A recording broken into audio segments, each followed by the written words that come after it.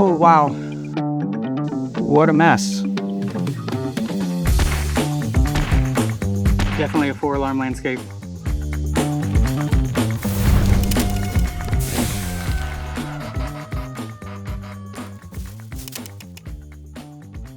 The 4-alarm landscape series takes everyday people confronted with everyday problems and finds solutions using curated plants from Spring Hill Nursery.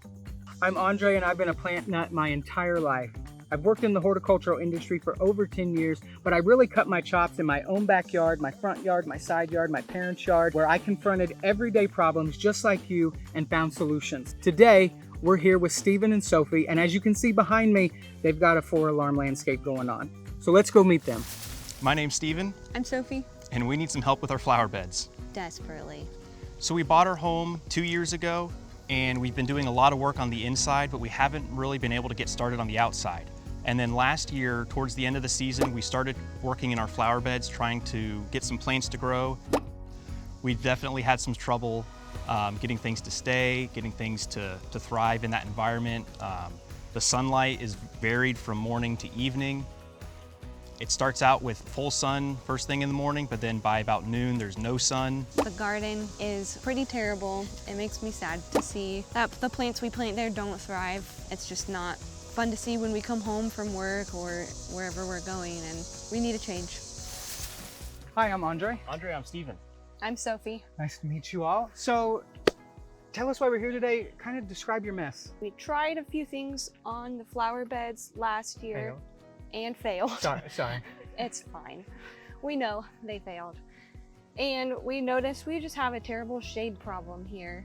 If you see, the roof hangs over, so we don't really get full sun here. The weeds actually perfectly grow in line where the sun is, so you can see the line there. We're just struggling to find plants that thrive. Yeah. Yes. Yeah. So what kind of plants do you guys like? What are your deal breakers? I personally hate blue flowers. Hate's a pretty strong word. Is it you just don't like it, or do you really hate blue flowers? Hate. I don't think I've ever come across someone that doesn't like blue flowers. Is Now there you childhood have. trauma? Not with that. Not with I that? have Okay. childhood trauma with prickly plants and such. Oh, no one likes thorns. So, what color flowers do you like? I love pinks, purples, greens, Okay. yellow. What about hot colors, yellows Yes. and oranges? Yeah, Okay. anything that pops off of the landscape, I Yep. love. I think we've got some really great options for you with some different foliage, textures, colors, shapes, sizes. All right, why don't we go over and take a look and see what we're working with? All right. Sounds good. Okay guys, so we have these two beds that we'll be working with. This is what I'm thinking with both of these beds, the smaller bed over there and then this larger one, is to use plants that thrive in that mixture of conditions where it's shade and sun. We can put some that enjoy full shade towards the back, but then some that want a little bit more sun towards the front. I'm thinking shrubs and hedges and perennials. I know you said you really like shrubs, especially different colors. What do you think about hydrangeas, weigela, and hostas? Hydrangeas, yes. Weigela, what? Weigela, so that's another type of shrub. It has variegated foliage, or we would use a variegated variety just to give it an extra pop and a little bit more energy to the bed. What do you guys think about that? Sounds great to me. Yeah. Are you okay with the bed not being a straight line? Are you okay with movement and swirls? Yes, yeah, that would be Perfect. awesome. Perfect, because what I'm thinking is coming from that corner and then just doing a little swoop in and then coming out again and then swooping back down around and round out the bed over there on that other side. And then we'll balance some shrubs over there with over here. That way we have a good echo too, so that when the eye looks at it over there, it will just draw it into the whole garden in. I'm ready to get started, are you? Oh yeah. Let's do it. Where's your shovels? Yeah. All right, so while Sophie and Stephen are getting those shovels, I'm going to talk to you about how we're going to turn this 4-alarm landscape into something that Sophie and Stephen can really enjoy and honestly deserve. First step is we're going to dig these beds out. There's some plants in there and some other things in there that we really don't want in there in our future landscape, so we're going to dig those out and just totally start over. At the end, we will add mulch and then just give them the beautiful thing that every one of their neighbors can walk by and enjoy. This is all you got done? Yeah? Yeah. You guys work in an office, don't you? How'd you know? Yeah. This is how I know. I've got some landscaping guys that are coming out and help us. They'll have this done like that. Sweet. Okay. Thank Great. you. Good deal. There's some lemonade in the back. Oh, perfect.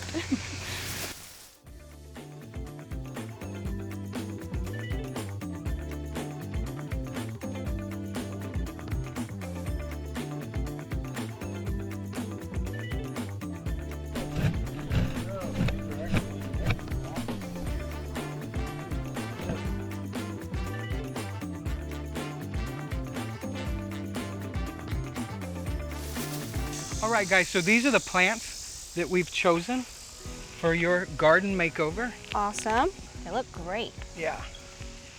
So I'll just start on this side and work my way across. So this is a brand new cultivar of Weigela called Wow Weigela, and it is exclusive from Spring Hill. Has this beautiful variegated foliage. It doesn't get super wide and rangy like some of the older varieties of variegated Weigela. It stays more compact, it's more manageable, very easy to maintain. It has bigger flowers than traditional Weigelas as well. And this variegation does not revert. Some of your older varieties had a tendency that once they were in the ground a couple years, they would start sending up canes completely green with no variegation. And eventually that green would overwhelm the entire plant.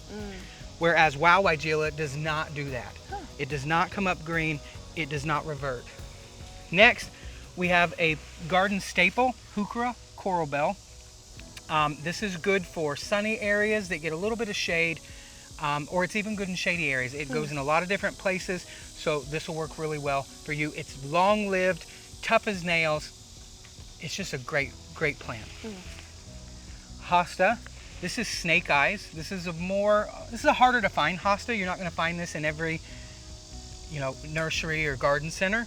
Some really great tritone variegation here to kind of match the variegation we have over here, and plus it will kind of break up some of the solid colors that we have in the rest of the design. But hostas are long-lived. They are easy to take care of, easy to maintain. They have a beautiful flower that draws some pollinators to it when they're in bloom, and they're just a nice perennial.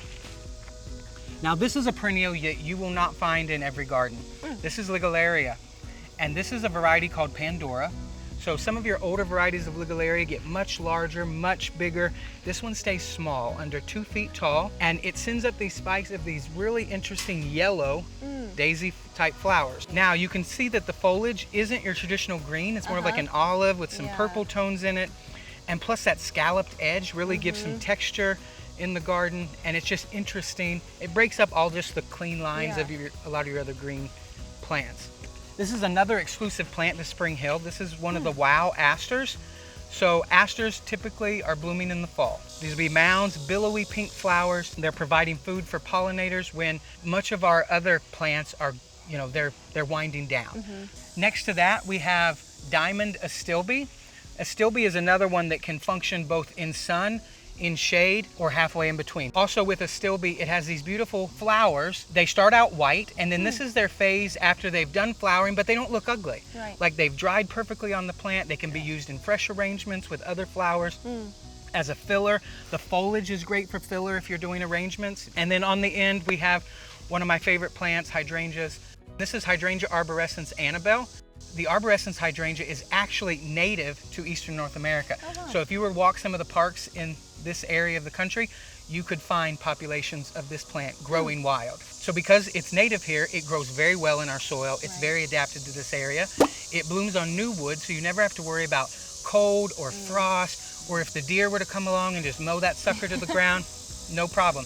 It comes up and it blooms on new wood, so you never have to worry about being bloomless for a summer. That's awesome. Plus, it works great in shade. Usually you'll find it growing wild in shade under dappled sunlight or in full shade. So it's perfect for this application. All of these plants will function in a part shade environment. So what we're gonna do is we're gonna take these 2 Weigela, and since they need the most sun, they're gonna get put at the front of the bed here on this end. It's kind of like an anchor point, and this is where the most sun. So we're gonna put these here. One's here. Yep, perfect. Place another one right here.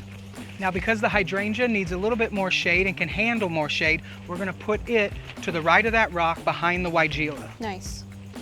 Plus this gives you a good foundation, just a good background palette for everything else to bounce off of. Looks like there's maybe not a lot of plants. Some of these are pretty large plants when they're mature, and they will fill in. In front, we're gonna put an aster for a pop of color. Later in the season. Later blooming meaning in August? Yes, so they're gonna bloom later in the season, towards the end of summer, late August, early September. You can delay the blooming a little bit by cutting them back earlier in the season, and it will delay blooming by 2 or 3 weeks. I've done it.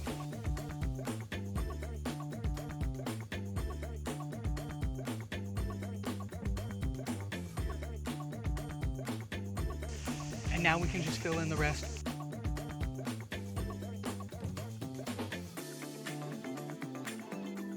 Okay, let's see what it looks like. Yeah, so what do you guys think?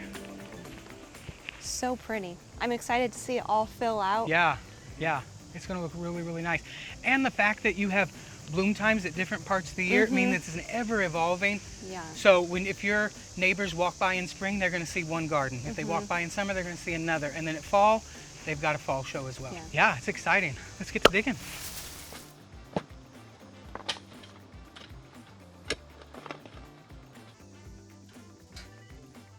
Things are looking good here at the project at Sophie and Stephen's house. We've got the beds dug out, the plants are placed, the holes are being dug right now. Huge shout out to Robin Hood Landscaping, who've done all our landscaping work today, so huge shout out to them. Thanks guys, really appreciate it.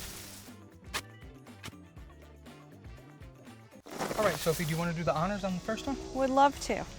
Just pull it out of the pot. Yeah. Making sure you like the position. How's it look from up there? Looks great. Stephen, you want to do the honors on this one? Sure. Yeah, so see how those roots are along the side a lot more? So what we're going to do is we're just going to agitate them, which all that means is we're just going to take it and we're just going to do something like this. And that's really it. And what that does is it stops the roots from staying in that root ball. It breaks the connection, and so then they start to branch out into the native soil. This is Pallas purple heuchera. This foliage is semi-evergreen. It may get ugly in the winter, but don't worry about it. It comes back in the spring and the new growth just overshadows it and you don't have to worry about it. So you don't have to prune it back or anything like that. It likes moisture, but it is also drought tolerant once established. That's awesome. So let's go ahead and get some dirt. Shovel.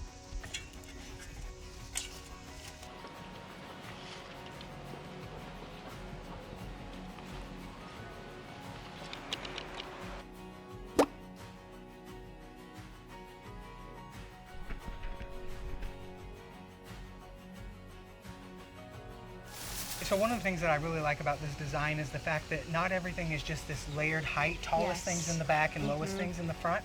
I think that's uninteresting. This is much more interesting where you have these different heights and architecture and tall here, short here, but we put the biggest things on the outside. Outside to the left of the larger bed, and then it filled this bed. So there'll be some balance. With all this varying height in between, I think it'll make it really interesting. You're gonna have one of the most interesting yards in the neighborhood. I've driven around and seen.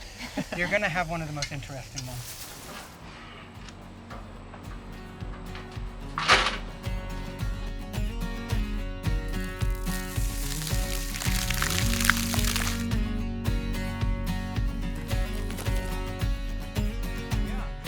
I mean, it's just amazing. It's incredible to see the, where we started this morning, and then especially now. I mean, we did this all in a day, and it's just been awesome to have Andrae here to tell us exactly what we needed to know, what plants to put where. We couldn't really get anything to grow last year. Nothing came back. The shade was just killing everything. Now it's just incredible and super excited to see how it all fills in. Well, and like Andrae said, I mean, having so many different varieties and the way he was able to strategically place them throughout the flower bed, it's just gonna look really nice once it starts to fill in a little bit more, and you'll get that variety and those differences, and having the different color contrasts against the brick and against the cream siding. I think it's just gonna look really beautiful, especially next year once it all starts to bloom. We're very thankful Andrae was able to come out and help us diagnose our problems and find simple solutions with Spring Hill Nurseries and all the different varieties that they offer. It's a night and day difference between what we saw when we first got here and what we see now. We took shrubs, we took perennials, we combined them into a cohesive design and gave the homeowner exactly what they wanted. They needed plants that thrived in both shade and sun, and we were able to deliver. From hydrangeas to weigela, asters, coral bells, hostas, we covered all our bases. This was definitely a 4-alarm mess when we got here, and it has turned into an absolute stunner, and it's going to be one of the most unique yards in the neighborhood, and the homeowners are happy, which is what makes me happy.